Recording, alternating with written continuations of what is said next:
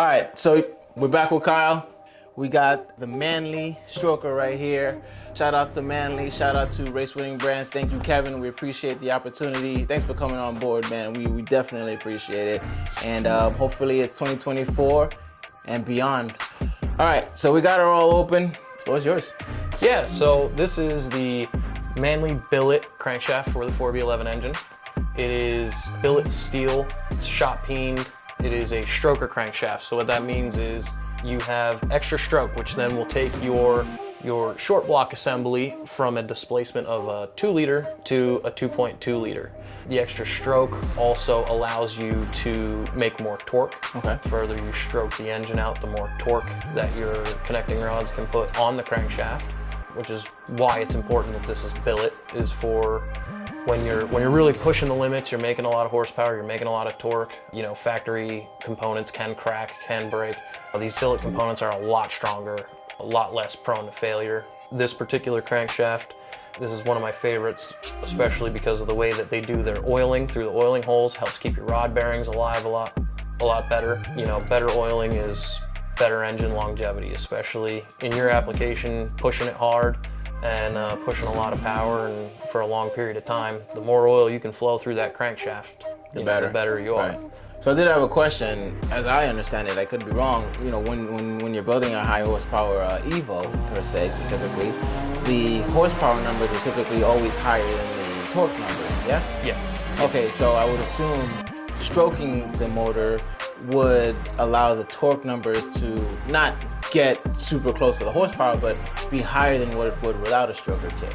Yeah, 100%. So typically what we see when we go from, say, a 2 liter engine to a 2 liter engine, right? You know, if your car is pushing around, say, 600-700 horsepower, yeah, you're looking at about a 50 to 75 horsepower bump in your torque number, which is, you know, a significant amount. And it also helps with the extra displacement. You're spooling your turbo faster.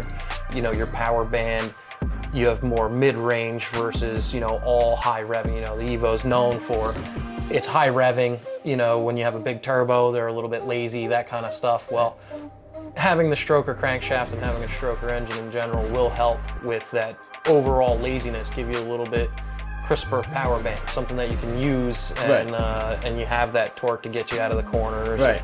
You know, or recover if you need to let off and get back on, that kind of thing. It's right, it's a huge benefit for what you're doing. Yeah, okay, huge benefit. And as I understand it, you know, when you go to stroker kit, you can no longer run your OEM rods, OEM pistons. You all need specific pistons and rods to be able to fit this, right? Correct? So for the 4B11, it actually, with the Manley kit, depending on your piston, primarily. So the particular piston that we're going with, we're actually going to be running your standard length connecting rod. Okay. You know, but the piston, we do have to move the wrist pin location in the piston. Okay.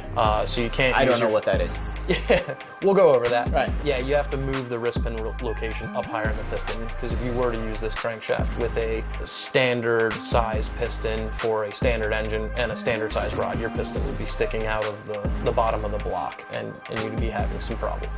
Just a little bit. Yeah. Just a little bit. No. Yeah, it wouldn't work. Yeah. So, like I said, I gave you the unboxing, he gave you the knowledge. Again, East Coast, West Coast, building 4B11, co-performance you got. So, Kyle, appreciate you, man. Yeah, thanks absolutely. for it. This has been a lot of knowledge for me, and I'm pretty sure there's still so much more for me to learn. So I'm excited, not just for the knowledge, but for what we got brewing. Stay tuned.